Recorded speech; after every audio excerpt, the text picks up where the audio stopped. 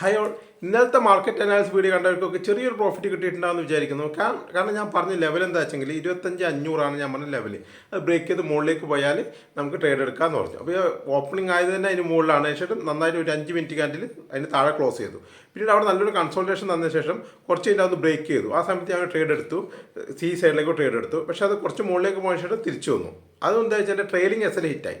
5 point എനിക്ക് profit കിട്ടിയുള്ളൂ. ബാക്കിയുള്ളത് മുകളിലേക്ക് പോയിരുന്നു. പിന്നെ ട്രെയിലിംഗ് ആയതുകൊണ്ട് 5 പോയിന്റ് പ്രോഫിറ്റ് ഞാൻ ഇറങ്ങി.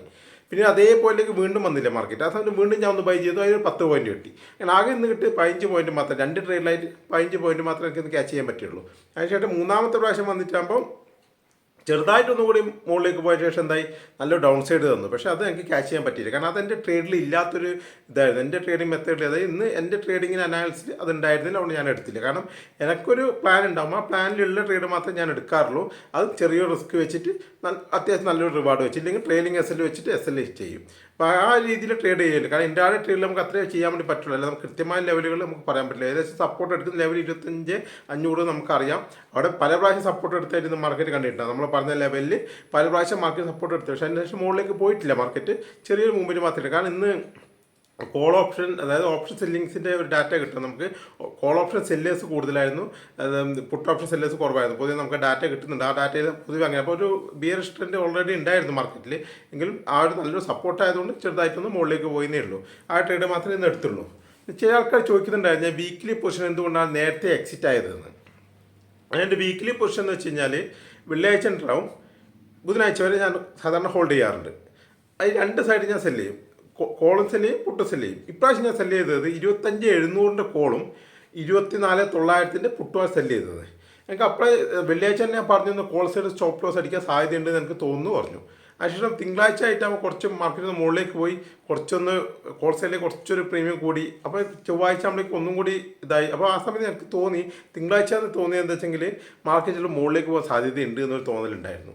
അതുകൊണ്ടാണ് ഞാൻ നമ്മളെ വീക്കിലി പൊസിഷൻ ചൊവ്വാഴ്ച എക്സിറ്റ് ആയത്.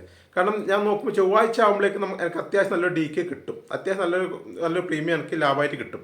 പിന്നെ ഞാൻ അത് ഹോൾഡ് ചെയ്യുന്നത് റിസ്ക്കാണ്. കാരണം എനിക്ക് ചെറിയൊരു ഡി കെ മാത്രമേ ബാക്കി കിട്ടാനുണ്ടാവുള്ളൂ. ഒരു 1000 പോയിൻ്റ് ഒക്കെ, ഒരു ചിലപ്പോൾ 750, 1000 പോയിന്റ് ബുധനാഴ്ച വരെ വെച്ച് കഴിഞ്ഞാൽ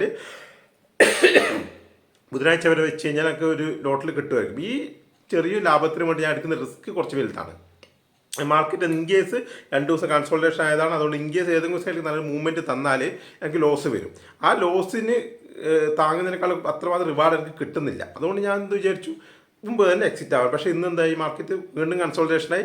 എനിക്ക് വെച്ചിരുന്നെങ്കിൽ കുറച്ചും കൂടി പ്രോഫിറ്റ് കിട്ടിയേനെ. പക്ഷേ എൻ്റെ ലെവലുകൾ വെച്ച് നോക്കുന്ന സമയത്ത് എൻ്റെ കാര്യങ്ങൾ പ്ലാനിങ് അനുസരിച്ചിട്ട് ആ റിസ്ക് എടുക്കുന്നത്ര റിവാർഡ് എനിക്ക് കിട്ടാനില്ല. അതുകൊണ്ട് എനിക്ക് സേഫായ നല്ലൊരു പ്രോഫിറ്റ് ചൊവ്വാഴ്ച ആകുമ്പോൾ തന്നെ കിട്ടിയിട്ടുണ്ട്. അതുകൊണ്ട് ചൊവ്വാഴ്ച തന്നെയാണ്. അതുകൊണ്ട് അങ്ങനെ പ്ലാനിങ് ഉള്ളതുകൊണ്ടാണ് വീക്കിലിയിൽ ചൊവ്വാഴ്ച തന്നെ എക്സിറ്റ് ആവുന്നത്. നമുക്കൊരു വീക്കിൽ ഒരു ഇത്ര എടുക്കണമെന്നുണ്ടാവും, ഇത്ര റിസ്ക് എടുക്കാമെന്നുണ്ടാവും അല്ലേ.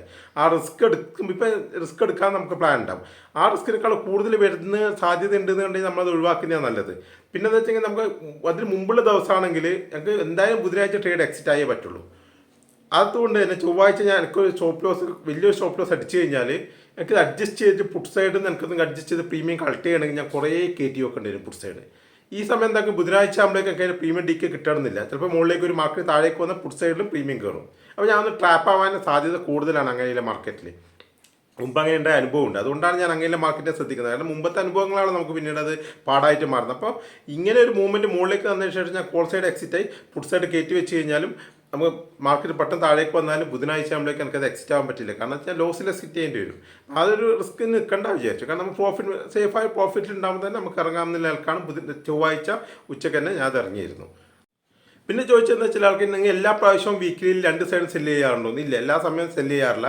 ചില സമയങ്ങളിൽ മാർക്കറ്റിൻ്റെ ഡയറക്ഷൻ കൃത്യമായി മനസ്സിലായിട്ടുണ്ടെങ്കിൽ ഞാൻ ആ ഡയറക്ഷനിലേക്ക് മാത്രമേ ഞാൻ സെല്ല് എടുക്കാറുള്ളൂ.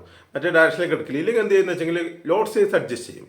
ഒരു പോകുന്ന ഡയറക്ഷനിലേക്ക് ഞാൻ എന്തെങ്കിലും 4 ലോട്ട് എടുക്കുന്നുണ്ടെങ്കിൽ ഓപ്പോസിറ്റ് ഡയറക്ഷനിൽ 2 ലോട്ട് എടുക്കുള്ളൂ. അത് കുറച്ച് ലോങ്ങിലേക്കായിരിക്കും കൊടുക്കുന്നത്. അതായത് നമുക്ക് ഉറപ്പുണ്ട് മാർക്കറ്റ് അപ്പ് സൈഡ് ആണെന്ന് കണ്ടാൽ പുട്ട് സൈഡിൽ 4 ലോട്ട് സെല്ല് ചെയ്യും, കോൾ സൈഡിൽ കുറച്ച് മുകളിലായിട്ട് 2 ലോട്ട് സെല്ല് ചെയ്യും. ജസ്റ്റ് ബാലൻസ് ചെയ്യാൻ വേണ്ടി മാത്രം. അത്ര ജസ്റ്റ് ഒരു അഡ്ജസ്റ്റ്മെൻറ്റ്, എൻ്റെ ഒരു സ്ട്രാറ്റജി പ്രകാരം ആ രീതിയിൽ വ്യൂ കിട്ടിയാൽ ചിലപ്പോൾ വ്യൂ കിട്ടാറില്ല അധികം. കിട്ടിക്കഴിഞ്ഞാൽ നമുക്ക് കൃത്യമായി ചില സമയത്ത് നമുക്ക് കിട്ടുമല്ലേ, മാർക്കറ്റ് കൃത്യമായി മുകളിലേക്ക് ഇവർ കൃത്യമായി താഴേക്കായിരിക്കും, ബിയർഷിയായിരിക്കുന്നത്. ആ ഒരു സമയത്ത് മാത്രം നമ്മൾ ഈ ഡെപ്ലോയ് ചെയ്യുന്ന മെത്തേഡിൽ ചെറിയൊരു മാറ്റം വരുത്തിയിട്ട് ഞാൻ ആ ട്രേഡ് അഡ്ജസ്റ്റ് ചെയ്യാറുണ്ട്. കാരണം ചെറിയൊരു നഷ്ടം വന്നാൽ വലിയ നഷ്ടം വരും. എപ്പോഴും ഞാൻ നഷ്ടത്തിനെ ശ്രദ്ധിക്കില്ല, വലിയ ലോസുകൾ വരുത്തി വെക്കാതിരിക്കാൻ ഞാൻ എപ്പോഴും ശ്രദ്ധിക്കുന്നുണ്ട്. മാർക്കറ്റിൽ വലിയ ലോസുകൾ വരുത്തി കഴിഞ്ഞാൽ അത് മേക്ക് ചെയ്ത് കൊണ്ടുവരാൻ കുറേ സമയം എടുക്കും. ആ സമയം നമുക്ക് നഷ്ടമാണ്. അതിനേക്കാൾ നല്ല ആ ഒരു ആഴ്ചത്തെ ട്രേഡ് പോട്ടെ നോക്കുന്നതാണ്. ചെറിയ പ്രോഫിറ്റിൽ അല്ലെങ്കിൽ കോസ്റ്റിലൊക്കെ ചെറിയ നഷ്ടത്തിലൊക്കെ ഇറങ്ങുന്നത് നല്ലത്. കാരണം എന്താ, ആഴ്ച അങ്ങനെ അടുത്ത ആഴ്ച ഉണ്ടല്ലോ, നമ്മൾ ഒരാഴ്ച തന്നെ എല്ലാം പിടിക്കണം എന്നൊരു വാശി പിടിക്കേണ്ട. നമുക്ക് എന്തെങ്കിലും മാർക്ക് അവകാശം കിട്ടും. വലിയ ലോസുകൾ വരുത്താതിരിക്കാന്നേ ഉള്ളൂ. നമ്മൾ റിസ്ക് റിവാർഡിനുള്ളിൽ ആ ട്രേഡിനെ ഒതുക്കുക എന്നുള്ളതാണ് നമ്മളൊരു ട്രേഡറുടെ ഏറ്റവും വലിയ കഴിവ്. അത് ഞാൻ എപ്പോഴും ശ്രദ്ധിക്കാറുണ്ട്. പിന്നെ നാളത്തെ ലെവലുകൾ പറയുകയാണെങ്കിൽ നമ്മുടെ എക്സ്പയറി ഡേ ആണ്. എക്സ്പയറി ഡേയിൽ ഞാൻ സാധാരണ രീതിയിൽ ട്രേഡുകൾ ചെയ്യാറില്ല. അവസാനം ഒരു ഹീറോ ട്രേഡ് മാത്രമേ ചെയ്യാറുള്ളൂ സാധാരണ രീതിയിൽ. എങ്കിൽ ഞാൻ കുറച്ച് ലെവലുകൾ പറഞ്ഞുതരാം. ആ ലെവലുകൾ വെച്ചിട്ടായിരിക്കും ഞാൻ നാളെ എടുക്കുന്നുണ്ടെങ്കിൽ തന്നെ എടുക്കാൻ സാധ്യത വളരെ കുറവാണ്. എടുക്കുന്നുണ്ട് വളരെ ചെറിയ ലോട്ട് മാത്രമേ എടുക്കുള്ളൂ. പ്രധാനമായിട്ടുള്ള ലെവലുകൾ വരുന്നത് ഇന്ന് അവസാനത്തെ ഒരു ചാർട്ട് സൈഡിൽ കൊടുക്കാം കേട്ടോ. അവസാനത്തെ ഒരു കൺസോൾട്ടേഷൻ ഉണ്ടല്ലോ, അതിൽ വരുന്നത് 25,480 അതിനും 25,420 ഇടയിൽ ആ ഒരു ഗ്യാപ്പ് ഉണ്ട്. അതിനിടയിലാണ് മാർക്കറ്റ് ഓപ്പൺ ആവുന്നത്. അവസാനത്തെ ഒരു ലെവലിംഗ് കണ്ടാൽ മനസ്സിലാവും, ചാർട്ടിൽ കൊടുക്കാം.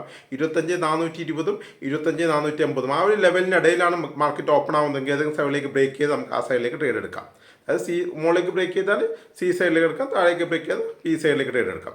അല്ല ചെറിയ ഗ്യാപ്പ് അപ്പ് ഓപ്പണിംഗ് ആണ്. 25,550 ആ റേഞ്ചിലൊക്കെയാണ് ഓപ്പൺ ചെയ്യുന്നതെങ്കിൽ അത് സാധ്യത കുറവാണെങ്കിൽ അങ്ങനെ ഓപ്പൺ ചെയ്യുകയാണെങ്കിൽ നമുക്ക് പി സൈഡിലേക്ക് ട്രേഡ് എടുക്കാം. അത് ബ്രേക്ക് ചെയ്തിട്ട് കാണുന്നൊരു കൺസെപ്റ്റ് നോക്കണം. ക്യാൻഡിലും ജസ്റ്റ് ശ്രദ്ധിക്കണം, നാളത്തെ ദിവസമായതുകൊണ്ട്.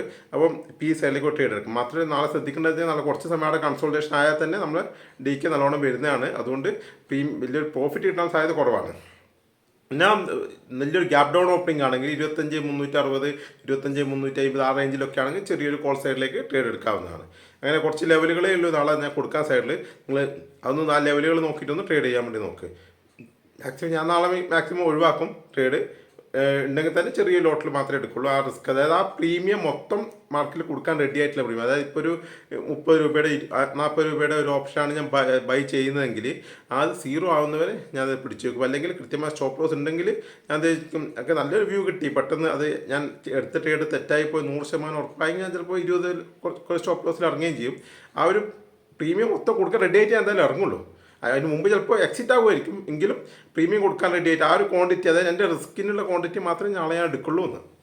ആ എടുക്കുന്ന ക്വാണ്ടിറ്റി മൊത്തം റിസ്ക് ചെയ്യാൻ ഞാൻ റെഡി ആയിരിക്കും. അതിൽ പ്രീമിയം മാത്രം ഞാൻ നാളെ ബൈ ചെയ്യുന്നുണ്ടെങ്കിൽ ബൈ ചെയ്യുള്ളൂ. സെൽ എന്തായാലും നാളെ ചെയ്യുന്നില്ല. എക്സ്പയറി ഡേറ്റ് സെല്ല് ചെയ്യാൻ നിൽക്കില്ല. കാരണം കുറച്ച് റിസ്ക്കാണ്. പെട്ടെന്ന് മൂവ്മെൻറ്റ് ഉണ്ടായാൽ അതൊന്നും മാനേജ് ചെയ്യാനാവില്ല. അത്രയും ടെൻഷൻ അടിക്കേണ്ട കാര്യമൊന്നുമില്ല മാർക്കറ്റിൽ. സിമ്പിളായിട്ട് ചെയ്യാമെന്ന് പറയും. ഒരുപാട് മെത്തേഡ് ഉണ്ട്. എക്സ്പയറി ഡേ കാരണം ഇങ്ങനെ വേവലാതെ പിടിക്കേണ്ടത്. മാത്രമല്ല പ്രീമിയം കൂടുതൽ വേണേയും വേണം. നമുക്ക് മാർജിൻ മണി, പ്രീമിയം അല്ല മാർജിൻ മണി കൂടുതൽ വേണേയും വേണം. ഇതിനകത്ത് റിസ്ക് എടുക്കേണ്ട കാര്യമില്ലല്ലോ. നമുക്ക് ഓപ്ഷൻ ബൈ നോക്കാം. നാളെ എന്തെങ്കിലും നല്ല ട്രേഡ് കിട്ടിയാൽ നമുക്ക് എടുക്കാം. ഈ ലെവലുകൾ നോക്കി കിട്ടിയാൽ എടുക്കാം. ഇല്ലെങ്കിൽ അവസാന സമയത്ത് ഹീറോ ട്രേഡ് എന്തെങ്കിലും കിട്ടുകയാണെങ്കിൽ എടുക്കാം. നാളെ മെയിനായിട്ട് നോക്കുക നമ്മളെ ഓപ്ഷൻസ്, അതായത് കോൾ ഓപ്ഷൻ്റെ പുട്ട് ഓപ്ഷൻ്റെ എത്ര സെല്ലുണ്ട് എത്ര ബൈ ഉണ്ട് എന്നുള്ളത് നോക്കുക. അതിൻ്റെ ഡാറ്റ കിട്ടാനുണ്ട്. അത് വെച്ചിട്ട് ജസ്റ്റ് ഒന്ന് നോക്കി നോക്കും എത്ര കോൾ ഓപ്ഷൻസിലുണ്ട്, എത്ര പുട്ട് ഏതൊക്കെ സ്ട്രൈക്കിലാണ് സെല്ല് വന്നിരിക്കുന്നത് നോക്കിയിട്ട് ചിലപ്പോൾ അവസാന നിമിഷമാകുമ്പോൾ ജസ്റ്റ് ഒരു നമ്മളെ ഹീറോ ട്രേഡ് ഒന്ന് എടുക്കാം. 2 മണി 2:30 ആ സമയത്തൊന്നും എടുക്കാമെന്ന് പ്ലാൻ ചെയ്തിരിക്കുന്നത്. അപ്പോൾ നമുക്ക് ലെവലൊക്കെ നോക്കി ട്രേഡ് ചെയ്യാം. ഓക്കെ. മറ്റൊരു കാര്യമുള്ള ടെലിഗ്രാം ചാനൽ തുടങ്ങണമെന്ന് എല്ലാവരും പറയുന്നുണ്ട്. അതിൻ്റെ ഒരു ചാനലിൽ ലിങ്ക് ഞാൻ താഴെ കൊടുക്കാം. അതിലെല്ലാവരും ജോയിൻ ചെയ്തോളൂ. അപ്പോൾ ഞാൻ നോക്കിയിട്ട് ഞാൻ എടുക്കുന്നുണ്ടെങ്കിൽ ആ ട്രേഡിൻ്റെ ഡീറ്റെയിൽസ് ഓൺ ദ സ്പോട്ടിൽ ഞാൻ നിങ്ങൾക്കും കൂടി ഷെയർ ചെയ്ത് തരാം. അപ്പോൾ നിങ്ങൾക്ക് നോക്കിയിട്ട് ഇപ്പോൾ ഞാൻ എങ്ങനെയാണ് ട്രേഡ് എടുക്കുന്നത്, മാർക്കറ്റിനുള്ളിൽ നിൽക്കുന്ന സമയത്ത് മാർക്കറ്റ് അവേഴ്സിൽ ഞാൻ എങ്ങനെയാണ് നോക്കി കാണുന്നത്, എങ്ങനെയാണ് ട്രേഡ് എടുക്കുന്നത്, വോയിസ് ഉണ്ടോ വോയിസ് ഇട്ട് തരാം.